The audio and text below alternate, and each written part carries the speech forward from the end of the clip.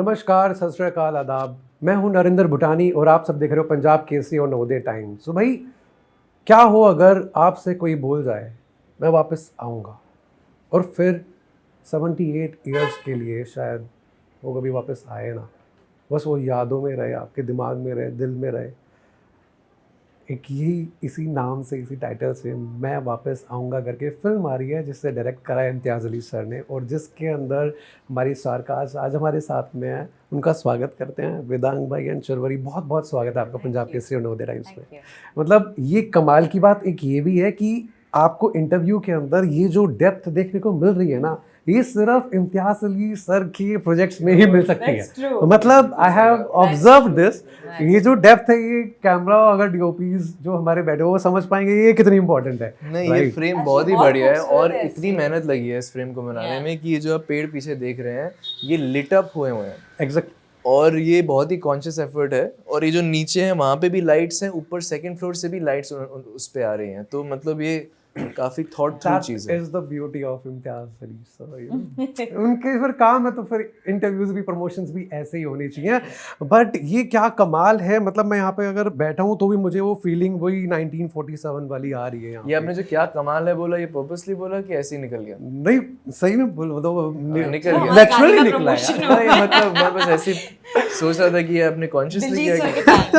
सभी है, सभी अच्छा, है। अभी कमाल होगा। अभी मैं वेदांग को बोलूंगा कि हमारे लिए एक गाना गाए पहली बात, क्योंकि आप सिंगर भी हो, तो हम शुरुआती में से करते हैं, तब होगा कमाल। Mascara, come on. अरे ओके, मैं 2 लाइनें गाऊंगा। डेफिनेटली। कहाँ से हो लाई ऐसी शोख अदाएं, तुम्ही से शिकायतें, तुम्ही को दुआएं, कहो जी मैं क्या करूं, लाड जो आए समझना आए जी, समझना आए। क्या बहुत ही प्यारा, बहुत ही प्यारा। Thank you, और इसका thank you. रीजन इंटरव्यू के शुरुआत में लाइक आपसे ये सुनने का यही था, क्योंकि जब हम म्यूजिक को सुनते हैं ना तो हम ना एक रिलैक्स मूड में चले जाते हैं, हमारा माइंड जो होता है वो फ्रेश हो जाता है। आई थिंक वो दिख रहा है मुझे। That's a really nice. It's a nice way to put it, especially Rahman sir की मेलोडी। बिल्कुल बिल्कुल। But also your voice. नहीं है, कोई I agree, it is true. It's true. हम जब शूट भी कर रहे थे, पता है, हम ये गाने का सबका सबसे फेवरेट पार्ट है, which is true. एक्चुअली ये मेरा भी फेवरेट पार्ट है, लेकिन ये मेरा फेवरेट पार्ट था मेरे गाने से पहले भी। मतलब जब मेरी आवाज़ इस गाने में आई थी उससे भी पहले मेरा फेवरेट पार्ट था, क्योंकि इस मेलोडी के बारे में कुछ बहुत ब्यूटीफुल है, एंड वो सिर्फ रहमान सर की जीनियस है। डेफिनेटली, वो तो फिर भगवान है, मतलब वो तो अलग ही कुछ। अच्छा, मेरा सबसे पहला सवाल आपसे यही है कि जब आपने पगड़ी पहनी, बिकॉज वो ना, पगड़ी ना एक अलग सिंबल है, यू नो, एक वो ब्रेवरी का, एक कॉन्फिडेंस का। How you felt when you were, वो टर्बन जो आपको पहली बार बांधी गई थी, तो आपको क्या फील मैंने है? बस इस इंटरव्यू के पहले ही इसके बारे में बात करी, और मैं यही कह रहा था कि वो हर सुबह जो मैं वैनिटी में तैयार हो रहा था और वो सिमरन पाजी आते थे, वो मुझे पगड़ी पहनाते थे, और वो जो एक्सपीरियंस है ना, वो फीलिंग, वो मेरे लिए एक मेडिटेशन जैसी फीलिंग थी। वो 5 या 7 या 10 मिनट तैयार होने के बाद एंड में मैं पगड़ी पहनता था, और मैं हमेशा अपनी आंखें बंद रखता था उस समय। आई डोंट नो व्हाई, कुछ म्यूज़िक चल रहा होता था, मैं अपनी आंखें बंद रखता था। और आई थिंक काफ़ी लोगों ने वीडियोस भी लिए होंगे, कुछ time lapse videos of me wearing the पगड़ी ऑन डिफरेंट डेज, लेकिन मेरी आंखें हमेशा बंद हो जाती थी और मैं कुछ एक जोन में चले जाता था। एक तो ये मेरे लिए अपने कैरेक्टर के लिए एक एक्सेस था कि जब भी मैं ये पहनता था पगड़ी, मुझे फील होता था कि मैं अब कीनू बन गया हूँ, जो मेरा किरदार है इस फिल्म में। और दूसरी बात है कि कुछ डिवाइन है उसके बारे में, जो मैं शब्दों में कह नहीं पाऊंगा शायद। वो पगड़ी पहनना और वो एक जो फीलिंग देती है आपको, और एक कुछ स्ट्रेंथ भी देती है अजीब सी, वो मैं शब्दों में कह नहीं पाऊंगा, लेकिन मैंने वो फील ज़रूर किया। डेफिनेटली। अच्छा, मैं आपसे ये पूछता हूँ कि ना, हमें बचपन में ना नाना नानी दादा दादी ने कहानियाँ सुनाते थे। सो आपने कौन सी पार्टीशन की कहानियाँ सुनी है जो अब तक आपको याद है? पता है, हम दोनों इम्तियाज सर के साथ रेकी पर आए थे पंजाब, शूट से पहले, कुछ महीने पहले। और सबसे पहले हम पार्टीशन म्यूज़ियम गए थे, क्योंकि वहाँ पे एक करेक्ट इन्फॉर्मेशन, करेक्ट रिप्रेजेंटेशन है वहाँ पे, जो रियल वीडियोस है। और हम गए तो थे अंदर एज एक्टर्स जो रिसर्च करने के लिए गए थे, बट जब हम बाहर आए ना, हम अलग इंसान थे। हम भूल गए थे कि हम एक्टर्स थे, हम कोई रिसर्च करने गए थे। ये हमारी हिस्ट्री का ऐसा हिस्सा है जो आई थिंक इन डेप्थ शायद सभी को ना पता हो। और जब हम वहाँ गए और जो इन्फॉर्मेशन हमें मिली, एक सर्टेन सेंस ऑफ रिस्पॉन्सिबिलिटी थी हमारे पास कि हम एक ऐसी कहानी के किरदार बनने जा रहे हैं जो लोगों ने लिव किया है। हमारी स्टोरी फिक्शन है, पर ये इंसिडेंट बहुत रियल है, और हमें उसको ना एक बहुत सेंसिटिवली हैंडल करना था, क्योंकि फिर भी एक लव स्टोरी, एक कहानी कीनू और जिया की है, जो जिसके बैकड्रॉप में इम्तियाज़ सर ने ये इंसिडेंट, जो पार्टीशन का इंसिडेंट है, वो रखा है। तो आई थिंक बहुत सारी कहानियाँ थी। मुझे पता है कि इसके पहले मैं एक्चुअली सेकंड टाइम आई थी पार्टीशन म्यूज़ियम। इसके पहले मैं मेरे मॉम के साथ, इससे भी बहुत महीने पहले आई थी, क्योंकि मैं मुंबई से हूँ, मैं महाराष्ट्र हूँ, मुझे कल्चर के बारे में जानना था। तो मैंने सोचा कि मैं ऐसे ही पंजाब चली जाती हूँ मेरी मॉम के साथ और सारी टूरिस्टी चीज़ें करूँगी। मतलब खाना खाने से लेकर सब सारी जगह मैं चली गई थी। और ऑनेस्टली एक मतलब इम्तियाज़ सर कहते भी है कि are your favourite destination to go to, because मुझे ऐसा लगता है कि वहाँ के लोग है ना, वो मतलब वहाँ के लोग is equal to a warm hug. Exactly, ऐसा मुझे लगता है बेस्ट डिस्क्रिप्शन कि आप किसी से भी बात कर लो वहाँ पे, आपको अच्छी फीलिंग ही आती है। मैं आई कैन नॉट एक्सप्लेन मैं इट। कहता हूँ दिलदार लोग हैं वहाँ हाँ, के, मुझे कुछ अलग ही फीलिंग है यार। Exactly. इतना वार्म फील होता है और अच्छा बहुत फील वार्म होता है फील यार। होता है। और एक जो भाषा है, जो खाना है, it's just so inviting. It's like बड़ा प्यार भरा है उसमें। मैं एक्सप्लेन नहीं कर सकती ये फीलिंग एक्चुअली प्रॉपरली वर्ड्स में, बट मुझे वैसी फीलिंग आई।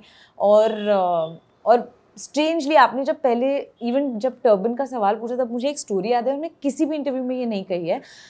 वेदांग और मैं एक्चुअली जब रेकी पर आए थे, हम गोल्डन टेम्पल गए थे, और आई थिंक हम वहाँ ऑलमोस्ट 4 घंटे बैठे थे।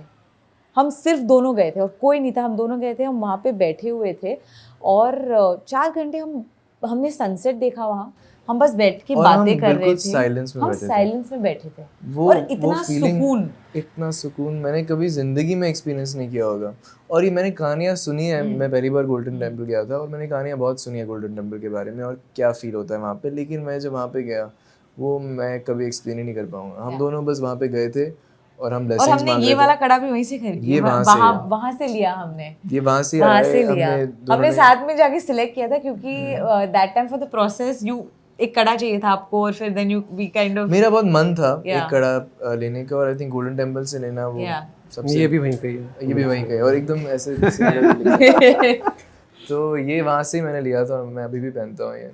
पर वो जो फीलिंग थी वहाँ पे जाके, जो हमने वो फील किया और दोनों ने फील किया, और हमने सिर्फ ब्लेसिंग्स मांगी वहाँ पे, एंड वो एनर्जी आई थिंक हम शूट किए 1 या 2 दिन, आई डोंट नो कब गए, नहीं ये रेकी पे गए, ये हम रेकी पे गए थे, लेकिन वो फीलिंग हमने वो कैरी करी और ये ब्लेसिंग्स। एक चीज आप मेंशन करना शायद भूल रहे हो, कड़ा प्रसाद जब मिलता है ना, अरे यार क्या बात कर रहे हो आप, मेरी वो चीज मतलब वो ना मैं शायद दोबारा लग जाता हूँ उसमें। क्या बात कर रहे हो, वो तो अलग ही कुछ है वहाँ पे, कुछ अलग ही है, वो अलग ही स्वाद अलग है, वो अलग ही स्वाद है। अच्छा, आपकी मैं जर्नी की बात करता हूँ, मतलब it's been a long journey. अभी यार like staring in Imtiaz Ali film, ये कैसी फीलिंग थी? और जब आपको ये न्यूज़ मिली थी कि that yes you are the actress of that film, क्या रिएक्शन था आपका? जब होता है ना, तब कोई इमीडिएट रिएक्शन नहीं आता है। पहले से लगता है कि आई विश, मैंने सब जगह कहा था, इंटरव्यूज़ में कहा था, मैंने एक बारी सोशल मीडिया पे भी एक उनका मास्टर क्लास मैंने पर्सनली जाके अटेंड किया था, उसके बाद एक पोस्ट भी डाला था मैंने कि I wish I get to work with you someday करके। और जब मैं इम्तियाज़ सर से मिली फॉर द फर्स्ट टाइम, वो एक ऐसी नो एजेंडा मीटिंग थी, हमने ऐसे कुछ फिल्म के बारे में डिस्कशंस नहीं की थी, बल्कि सबसे ज़्यादा खाने के बारे में डिस्कशंस की थी, क्योंकि सर भी बहुत बड़े फूडी है और मैं भी हूँ। तो हमने खाने पर डिस्कशंस की थी। मैंने घर से उनको मेरे आई की पूरन पोली भेजी थी उस वीक, तो ऐसी सारी बातें होती थी। फिर अगली बार जब मैं उनसे मिली, तो वो मुझे एक बताने लग गए कहानी के बारे में। उन्होंने ये नहीं कहा था कि अच्छा ये इस फिल्म के लिए है या ऐसे कुछ, बट मैं होप कर रही थी कि हो, मैं ऐसे एकदम फिंगर्स क्रॉस्ड बैठी थी कि you know I hope he comes to that. But जब हुआ ना तब I don't know, I was just so excited. But I think वो तभी कभी भी हिट हो जाता है। ऐसे मैंने जब टीजर देखा ना तब मुझे फर्स्ट टाइम रियलाइज हुआ, क्योंकि एंड में लिखा आया एन इम्तियाज अली फिल्म, और तब मुझे ऐसे लगा कि shit I am a part of an Imtiaz Ali film. अभी हो रहा है अभी हो रहा है यकीन? नहीं हो रहा है, बट आई थिंक वो फीलिंग बार बार आएगी। अच्छा, एक ना ये दिलजीत सर का मूवी में होना, नसीरुद्दीन शाह सर का मूवी में होना, ये आपको खबर पहले से थी पता या फिर बाद में पता चली थी? पता थी ये पता थी मुझे खबर, और उसके साथ जो रिस्पॉन्सिबिलिटी आती वो भी पता थी। एक तो ऑलरेडी हम इम्तियाज सर की फिल्म में थे, ये कास्टिंग होना ही बहुत बड़ी बात थी, बहुत बहुत बड़ी बात थी। और फिर ये जो लेजेंड्स हैं, जो दो लेजेंड्स हैं मैं ये कहूँगा, उनके साथ स्क्रीन स्पेस शेयर करना, वो तो कुछ और ही अलग ही किस्म की रिस्पॉन्सिबिलिटी फील करी हमने। लेकिन एक्साइटमेंट भी थी। For me it was a excitement कि मैं नसीर साहब का यंगर वर्जन प्ले करूँगा। ये मैंने कभी ज़िंदगी में नहीं सोचा होगा। जब मैं ऑडिशन देता था वो 1, 2, 3 साल मैं उनकी मास्टर क्लास वीडियोज़ यूट्यूब पे देखता था, और उससे मुझे कितनी सीख मिली है वो ये मैंने उनको भी कहा। और मैं मतलब लिटरली नोट्स बनाता था अपने, एक मेरी एक्टिंग की नोटबुक होती थी जिसमें मैं एक्टिंग के सारे टिप्स जो भी मैं कहीं पे पढ़ता था मैं वहाँ पे लिखता रहता था।